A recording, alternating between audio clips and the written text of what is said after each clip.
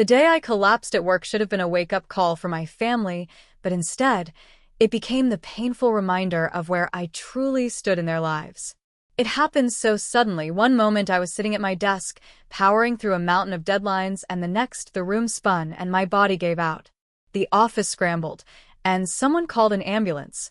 In those frantic moments, my phone unlocked with my fingerprint, and the doctors dialed the emergency contacts listed. My parents. The ones who raised me.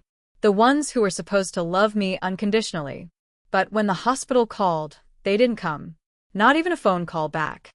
Instead, it was my sister who arrived, not to comfort me, not to support me, but to make sure everyone saw where her loyalties lay.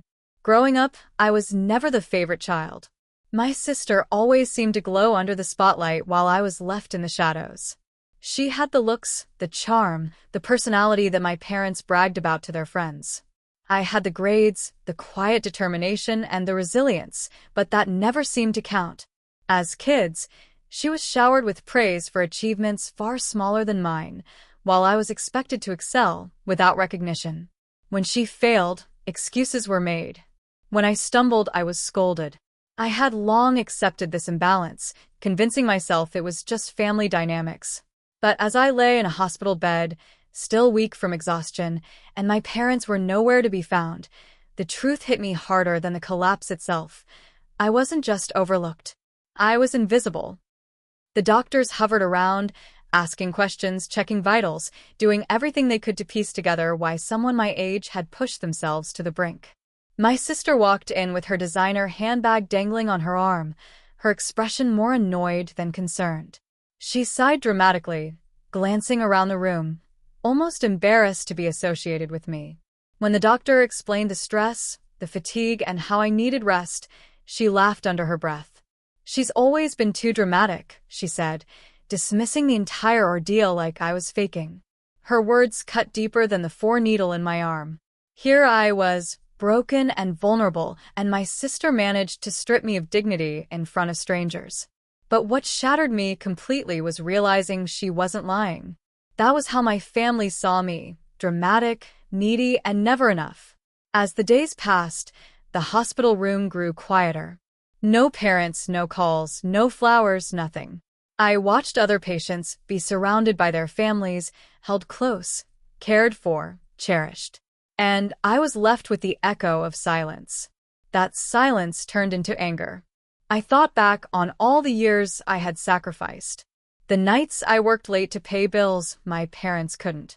The weekends I skipped outings to tutor my sister, so she wouldn't fail. The holidays I spent alone when they prioritized her parties and plans over my presence. I had given so much, and in return, I received nothing but neglect. And now, lying in a hospital bed with monitors beeping by my side, I realized something had to change. The moment I was discharged, I didn't rush back to work. I didn't call my parents. I didn't even confront my sister. I made a different choice. I chose myself. For the first time in my life, I stopped trying to earn a place in their hearts. I shifted my energy into building a future where their absence no longer mattered. I surrounded myself with people who truly cared, friends who showed up, mentors who believed in me, and colleagues who respected me. And slowly, I rebuilt my life without the weight of their expectations dragging me down. Months later, when my parents finally reached out, it wasn't with concern.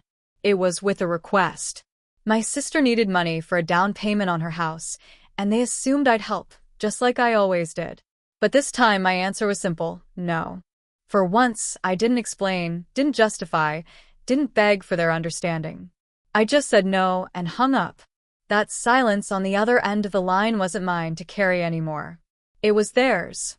My collapse at work wasn't just my body breaking under pressure. It was the collapse of a lifetime of trying to belong to a family that never wanted me.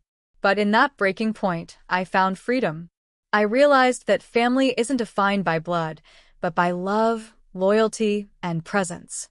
And sometimes, walking away from the people who should have been there for you is the only way to finally stand tall.